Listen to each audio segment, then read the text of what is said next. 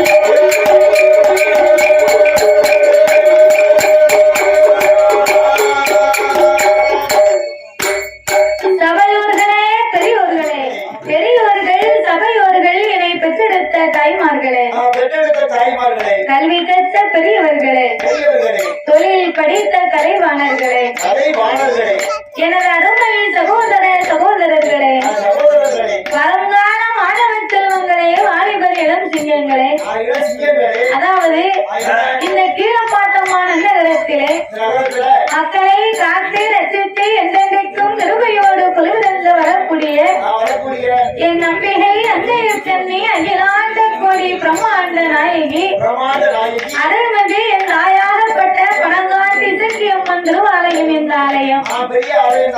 அப்பேற்பட்ட இந்த இசக்கியம்மனுடைய திருவாலயத்திலே ஆவணி மாதர் கொடை விழா பெருவிழாவாகவே நடந்து வருகின்றது. அப்பேற்பட்ட இந்த ஆலயத்தில் 3 பேர் நிகழ்ச்சிக்காகவே நாமளுடைய வெள்ளி செய்யவே அன்போடு இங்கு வரவழைத்து உள்ளார்கள். நாமளை வரவழைத்த அனைவர்களுக்கும் நாங்கள் நன்றியை தெரிவித்துக் கொண்டு, அதாவது எந்த ஒரு ஆலயத்திலேயுமே முதலாகவே வெள்ளி சிவந்து ஆரம்பிக்கிறோம்னா அது எந்த ஒரு கோவிலாக இருந்தாலும் எத்தனை பெரிய தெய்வமாக இருந்தாலும் அந்த ஆலயத்திலே முதலாகவே சாஸ்தாங்கரையை தான் ஆரம்பிக்க வேண்டுமா? ஏன் தெரியுமா?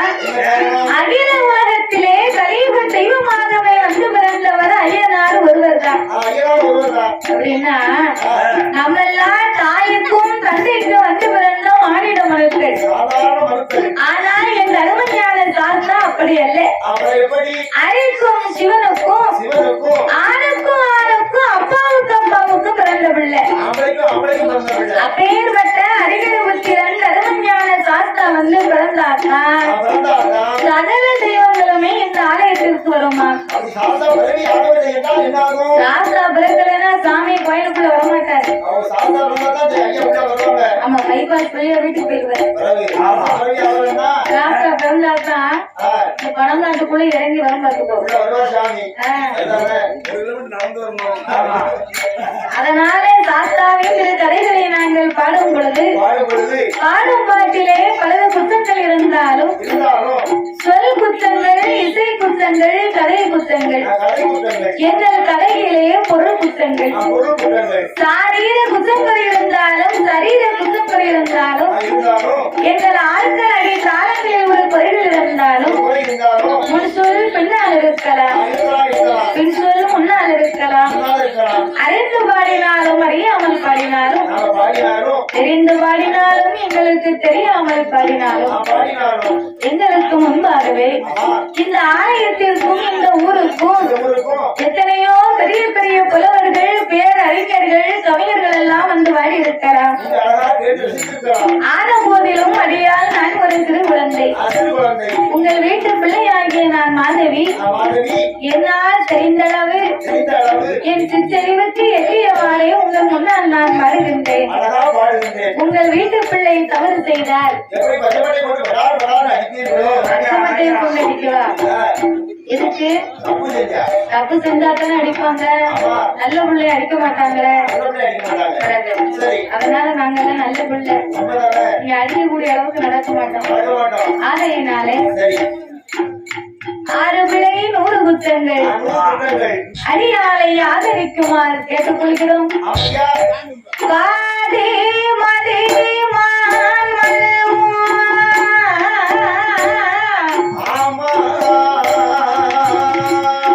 தந்தையோடு பாம்பணிந்து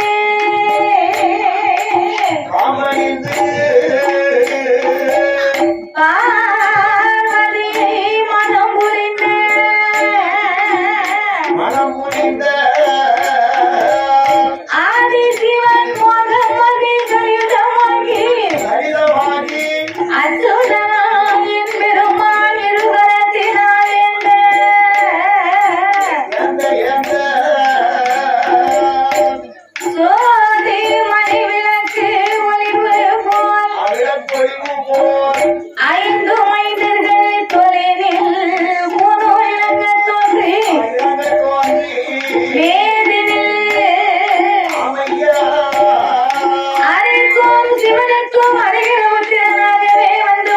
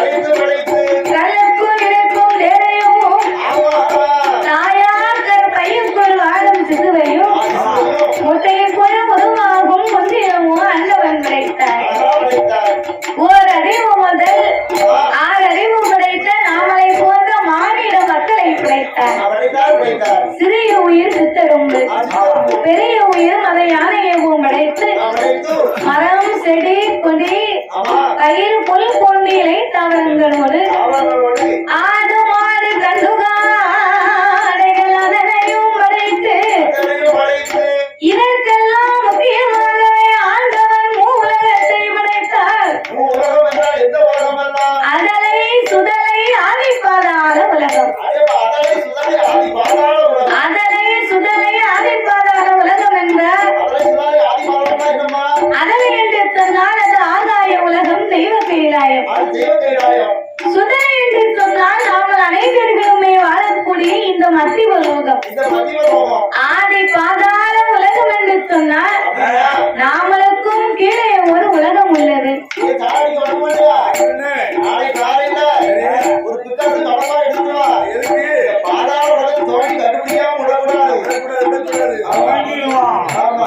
ஏற்கனவே நீங்க வேலை பார்க்கறதுல ரொம்ப பெரிய ஆளு. தெரியுமே, நீங்க வெட்டி எரிஞ்சுட்டீங்கன்னா மண்ண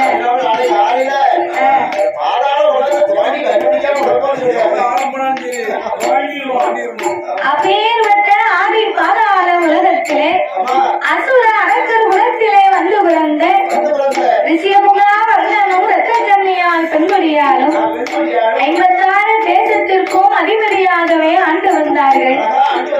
ஆண்டு வரக்கூடிய இருவேர்களுக்கும் ஒரு அழகான அருமை திருமகன். அவன் பெயர்தான் வல்லரக்கர் அசுரன். அப்பேற்பட்ட அந்த வல்லரக்கர் அசுரனாகப்பட்டவனை அவனை 16 வயது வரைக்கும் பக்குவமாகவே வளர்த்து 16 வயதிலே நாட்டை பட்டம் சூட்ட வேண்டும் என்று அம்மாள் மகனாகிய பவளக்கண்ணியை கொண்டு வந்து அந்த அரசனுக்கோ திருமணங்களை முடித்து காலையிலே கல்யாணம், அரசனுக்கு மாலையிலே பட்டம் சூட்டினார்கள். 56 தேசத்து அரசுகளும் வரத்திருக்க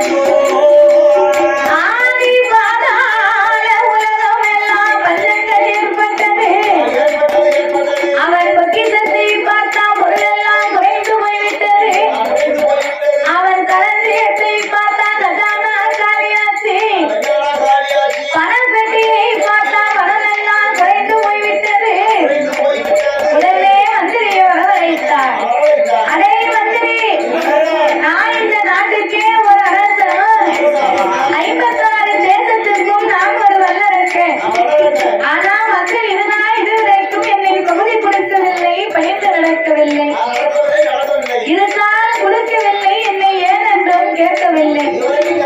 அதனாலே அப்பா மந்திரி பகுதி பணம் வேணும் என்ற 56 தேசத்திலும் சென்று நீங்க பறைவோசை அடித்து விட்டு வரணும். பறைவோசை அடிக்கணும்னு சொன்ன உடனே மன்னனுடைய வார்த்தைக்கு மறுவார்த்தை இல்லாமல் மந்திரியாகப்பட்டவன் நாட்டுமைக்கு சம்மதித்தான், ஆணையை அலங்கரித்தான். அம்பாடியை தூக்கி வைத்து முரசம் கையில் எடுத்து ஊருக்குள்ள பறைவோசை அடித்தான். பறைவோசை அடிக்க அரசர்கள் எல்லாம் ஓடி வந்தாங்க.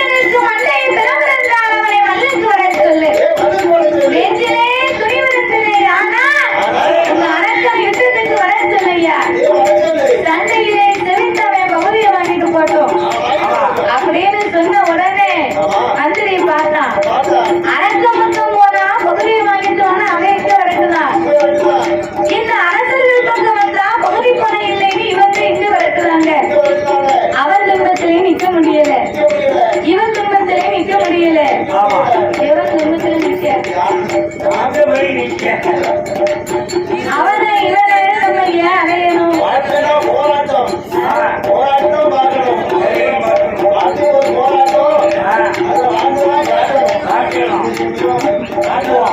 அதனால இந்த அரசனை நாட்டு விட்டு எங்கேயாவது இந்த பேரை வனவாசம் அனுப்பாங்க. வனவாசம் போனவே வந்தாங்க உள்ளே, வரலைன்னா நாடு நகரம் அத்தனை நமக்குத்தானே சொந்தம் அப்படின்னு என்னால என்னவெல்லாம் எண்ணிக்கொண்டு அரண்மனைக்கு ஓடோடி வந்து ஐயா கௌரி பணம் கேட்டு உங்களை படையெடுத்து வர சொன்னாங்க. என்னைய பார்த்து வருவே சண்டைக்கு வர சொன்னாரா? தெரிஞ்சுதான் நம் படையில சண்டைக்கு போவோம். ஆனப்படை, குதிரைப்படை, ஒட்டகப்படை இதெல்லாம் என்ன ஆச்சு?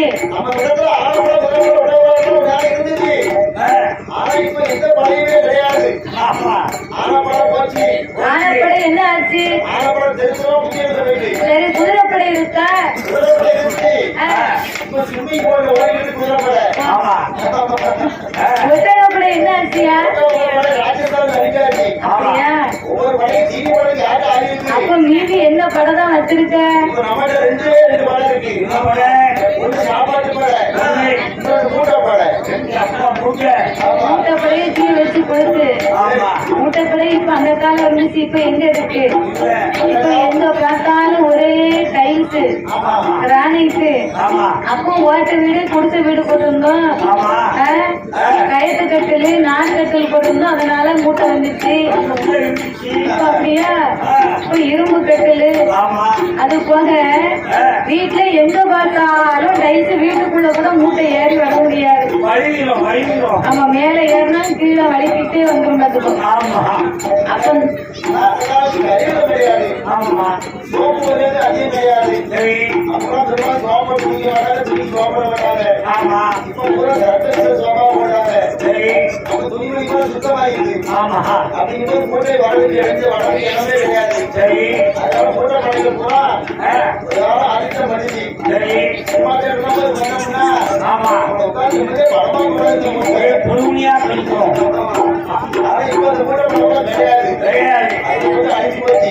ஏ மந்திரி, எந்த படையுமே இல்லன்னா அப்புறம் எப்படிதான் நான் சண்டைக்கு போவேன்? எப்படி போக என் மண்ணா வல்ல வேட்டா, சண்டை வேண்டாம், சடங்கு வேண்டாம், ஈட்டி வேண்டாம், வாழா வேண்டாம். நான் வாழ வேண்டாம் ஒத்தையிலே நீங்க நின்று இந்த உலகத்தை ஆளலுமானால் அப்படின்னா ஒரு மனிதனுக்கு ஆயுதத்திலே சிறந்த ஆயுதம் என்ன ஆயுதம்? புதுக்கோப்பை குத்துக்கம்பால ஒரு ஆளை குத்தத்தான் முடியும், அவன் ஈட்டி ஈட்டியால ஒரு ஆளை இடிக்கத்தான் முடியும், அப்ப அருவா வெட்டத்தான் முடியும். ஆளு அப்ப போராடி. அதெல்லாம் நான் சொல்லக்கூடியது ஒரு மனிதனை வாழ வைக்கக்கூடிய ஆயுதம். ஆயிரம் சொன்னோன்னா நான் இதுதான் நினைச்சேன். உங்களுக்கு அதானே தெரியும். ரொம்ப ஆயிரம் ஒரு மனிதனுடைய வாழ்க்கையிலே முன்னேறக்கூடியது வாழ வைக்கக்கூடிய ஆயுதம். ஆயிரம் ஆயிரம் அதான் பொறுமை அப்படிங்கிற ஆயுதம். பொறுமை கடையில பெரிய சொல்லுவோம். பொறுமைக்கு மிஞ்சியது எதுவுமே கிடையாது.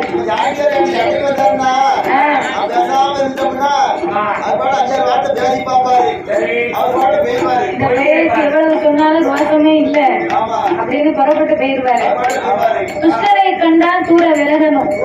அவங்கிட்ட போயிட்டு தேவையில்லாம சண்டை போடலாமா? அவனுக்கும் நமக்கும் வித்தியாசமே இருக்காது. அதனால ஒரு மனிதனுக்கு ஆயுதத்திலே சிறந்த ஆயுதமே பொறுமை அப்படிங்கிற ஆயுதம் தான். பொறுத்தார் இந்த பூமி ஆழ்வார் என்று சொல்லுவார்களே வந்தவா, கூரையே போடுவாங்க பொண்ணுனத சாப்பாட்டு வாமே வெளியே சாப்பாடுறாமே. கரெக்ட். சாப்பிடுங்க.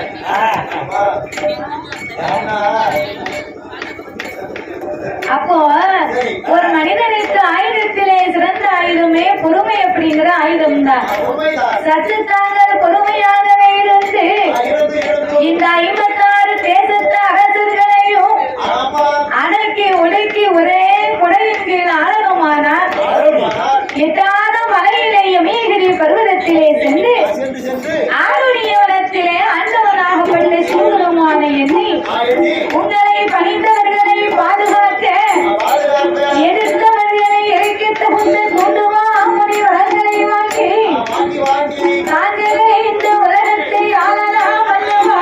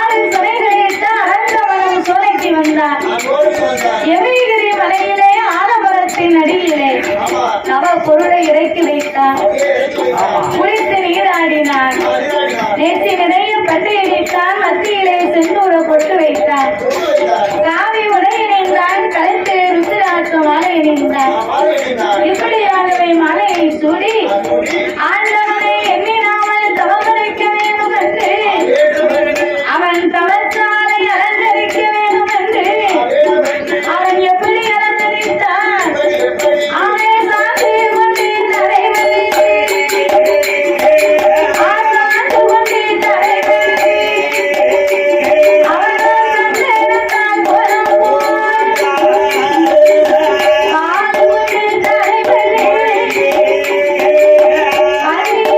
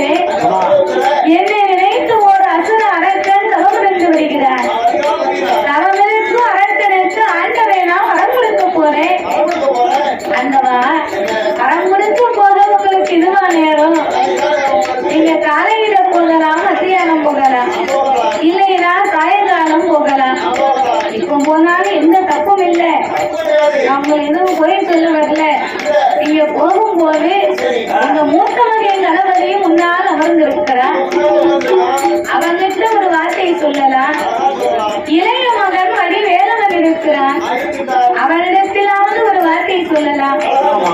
உங்க மனைவி உங்க பார்வதி நான் ஏன் இருக்கேன் எதுக்கு இருக்கேன் என்கிட்டயாவது ஒரு வார்த்தை சொல்லலாம். சரி பரவாயில்ல போட்டோம்.